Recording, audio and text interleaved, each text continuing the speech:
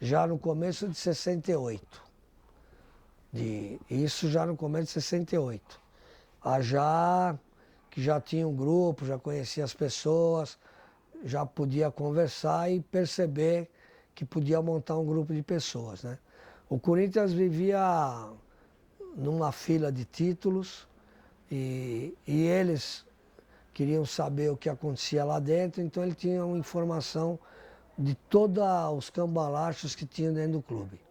O Vadelo era um deputado que era eleito pela torcida do Corinthians, um deputado estadual que era eleito pela torcida do Corinthians.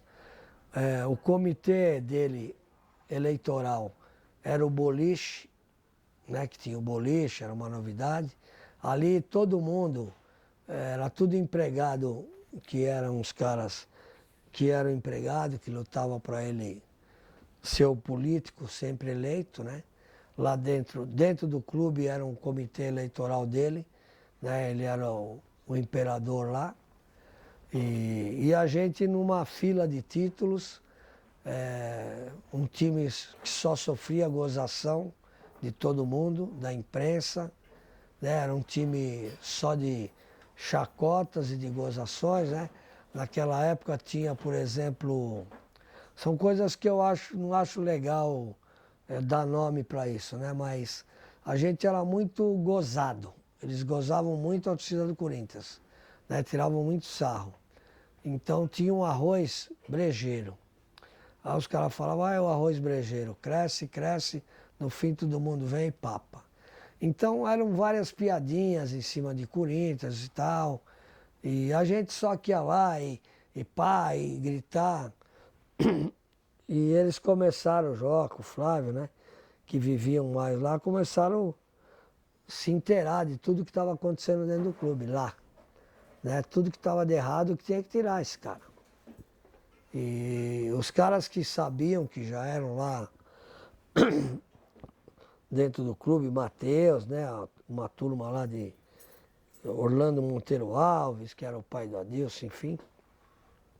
Doutor Hilton Magalhães, o Mário Campos, que era o presidente do conselho, e eles não tinham força para brigar com o Vadilo. Quando eles viram esse movimento, eles se juntaram a nós. Fortaleceu, né, a gente. Fortaleceu dentro do clube, né? Porque eles eram de dentro do clube, aí foram fortalecendo. Foi ali que a gente, cada hora, ia sabendo mais das coisas erradas que o Vadir fazia dentro do clube, de roubo do clube, de tudo, né? Coisas de jogador, tudo já naquela época, sem divulgação da imprensa, só que o Joca e o Flávio, esses caras sabiam de tudo que estava acontecendo. Então falaram, tem que tirar esse cara é um bandido que está lá. Então, além do... Aí por isso que a gente tinha que tirar um cara desse. Além do time estar nesse tabu, nessa fila, tinha a questão então também do Vadir roubar o Corinthians. O Vadir roubar o Corinthians, o Vadir fazer do Corinthians a base, o comitê dele, todo mundo que trabalhava era tudo empregado do clube, eram os caras que trabalhavam na política para ele, entendeu? Era tudo empregado lá. Ele tinha, vamos supor que um gabinete hoje tem 20 pessoas, ele tinha 150 dentro do clube trabalhando para ele. E aí quando os Gaviões se formam, os Gaviões se organizam e vão para cima, me parece que quando ele contrata capangas, ele está se sentindo ameaçado. Eu queria que você falasse um pouco mais sobre isso. Então, qual o momento que surge os capangas do Vadir, assim? Vocês já tinham se organizado, os Gaviões já tinham se organizado e começa a ir para cima. Que momento surgem os capangas e se de fato o Vadir já estava começando a se sentir ameaçado? Como que é isso? Não, ele nunca teve ninguém lá que brigasse de frente com ele, nunca. Ele nunca tinha acontecido isso. Aí ele começou a ver esse movimento, porque a imprensa começou a divulgar o nosso movimento, esse grupo que estava se formando e já queriam derrubar o Vadir. Né? Aí ele viu os caras que eram adversários dele, mas não tinham força nenhuma, se unir ao povo da arquibancada. Foi o caso do Matheus, que era o líder lá, ele, o irmão dele, o Isidoro, né? Eram donos de pedreira, eram poderosos, mas não tinha força ali com com o cara que sabia, era um mafioso. Ele sabia controlar e não deixava ninguém chegar. Aí o cara começou a ter apoio popular e se encostaram na gente, esses caras, né? Trazendo muita informação também. E o Vadia ali já se sentiu ameaçado. O capanga dele eram os funcionários que ele tinha lá, os guarda-costas dele, os caras, né? A máfia dele lá que ele tinha. Aí ele já quis acabar. Ah, vamos acabar com esses caras de uma vez, já vamos pegar isso aí, vamos arrebentar já no meio. E acaba, já encerra tudo, né? Já que os militares não fizeram, porque os militares entenderam que o movimento era lá e não era com eles, porque se fosse com eles, não pensa que nós tinha conseguido continuar, não. Se fosse falar, é com vocês mesmo, aí já era, meu irmão. Quem foi e falou é com vocês mesmo foi o Lamarca, foi o Marighella. Aí, pá, uns caras clandestinos, atacava, vinha, fazia emboscada nos meus...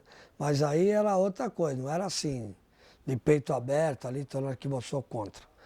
Então, quando eu vejo os caras falando, nós ficamos mostrando que a nossa briga era dentro do Corinthians. Um dos mecanismos de derrubar os Gaviões foi a camisa 12. Eles, depois que nós derrubamos o Vadir, pusemos o Felisberto Pinto Filho e o Felisberto e o Martinez, aí eles chamaram a gente, falaram, ó, foi muito tumulto, Gaviões, muita briga, muita confusão, vamos acabar esse nome Gaviões, que eles queriam alguém na mão deles, porque eles sabiam que se fizesse coisa errada, tanto que nós abrimos uma faixa, fora traidores da Revolução Corintiana, que é, pusemos o nome deles dois. Aí ó, os militares vieram lá e tiraram lá. Acho que Revolução, acho que eles vieram lá e cortaram. Fora traidores da Revolução, eles não deixaram pôr. Eles foram lá e tiraram essa parte lá. Então, só pra, cronologicamente, a camisa 12 ela é criada depois que o Badilo cai. É. Já com a 72, né? 72, acho que é o ano. Já, depois que nós tiramos eles. Quem cria a camisa 12? Felisberto, os caras que nós pusemos lá. Chamaram a gente, falaram, agora beleza, foi tudo bem, mas agora acabou. Vamos fazer outro nome, vocês vão ganhar lanche, vão ganhar ingresso. Vai ser assim agora. Aí o chileno... Camisa 12 aí, né? Falamos. Você falou uns 5 itens ali, camisa 12, né? Os nomes dos caras. Ah, você botou aqui. Aí só pra... Aí também é uma ajuda nossa, sua, pra gente com a questão do nome. A gente nomear o pessoal, né? Vamos falar uma série de nomes e aí se você pudesse, bem breve assim, dar uma caracterizada nessa pessoa e humanizar essa pessoa. Porque eu vou falar Flávio Lacerda. As pessoas falam que falam do Flávio Lacerda, mas eu queria que você humanizasse mais as pessoas. Trouxesse mais pra gente entender o Flávio. Então eu vou até começar pelo Flávio. Mas bem breve, assim, sei lá, 2 minutos cada um. Assim. Flávio Lacerda. Flávio Lacerda, um grande articulador, né? Um cara que sabia unir até os inimigos, sabia, quando eu fiz o enterro do Matheus, lá, eu enterrei o Matheus simbolicamente, à noite ele foi na casa do Matheus tomar uma sopa com o Matheus. Falou, olha, eu não posso fazer nada. Você está fazendo isso com o clube, como é que eu vou segurar a massa? Você tem que mudar, você tem que fazer alguma coisa. Porque ele chamou o Joca, o Flávio, e foi só o Flávio. Foi tomar uma sopa na casa dele, então um batia e ele assoprava. Entendeu? O Flávio, ele fazia essa articulação, né? No conselho, ele foi o primeiro vitalício nosso, né? Tal, ele pegava as partes lá e... Ele era um cara que os caras... Político, o Cosmo da torcida jovem, por exemplo, chamou o Flávio para ser padrinho do filho dele. Falou, pô, eu queria que você fosse padrinho do meu filho. Porque ele era um cara da torcida jovem e também falava, não, pá. Um exemplo para você saber como é o Flávio, por exemplo. Aconteceu um evento, eu, Edmar, os caras e tal. Na verdade, o Edmar que invadiu a sede da Mancha lá, mas foi no meu carro, enfim. é outra história. E o Edmar foi lá, porque ele saiu, pô, o cara tá apavorando todo mundo, foi lá com o agasalho, camisa dos Gaviões, foi com o agasalho preto. Acabou o jogo dos porcos, ele entrou dentro da sede deles, baixou, abriu a camisa no meio dos caras, sacou a meia assim, quem que é o Cléo aqui? A hora que ele sacou, todo mundo começou a correr para tudo que é lado, começou a dar coronhada, todo mundo foi num cara lá, graças a Deus o negócio travou e tal, né? Eu tava com o carro já para dar fuga, ali o jogador louco entrou junto com ele, não era para entrar, era só ele, o esquema montado. No outro dia, o Flávio foi o Cléo foi na Assembleia Legislativa falar com o Flávio. O Cléo falou, foi um tal de gordo lá, Edmar lá, foi com uma metralhadora lá dentro. Falou que ele tinha ido com uma metralhadora. Foi falar com o Flávio. Entendeu? Então, esse cara que enquadrava todo mundo com arma e tudo, que era esse cara, por isso que o Edmar foi armado lá, que o Edmar estava preso.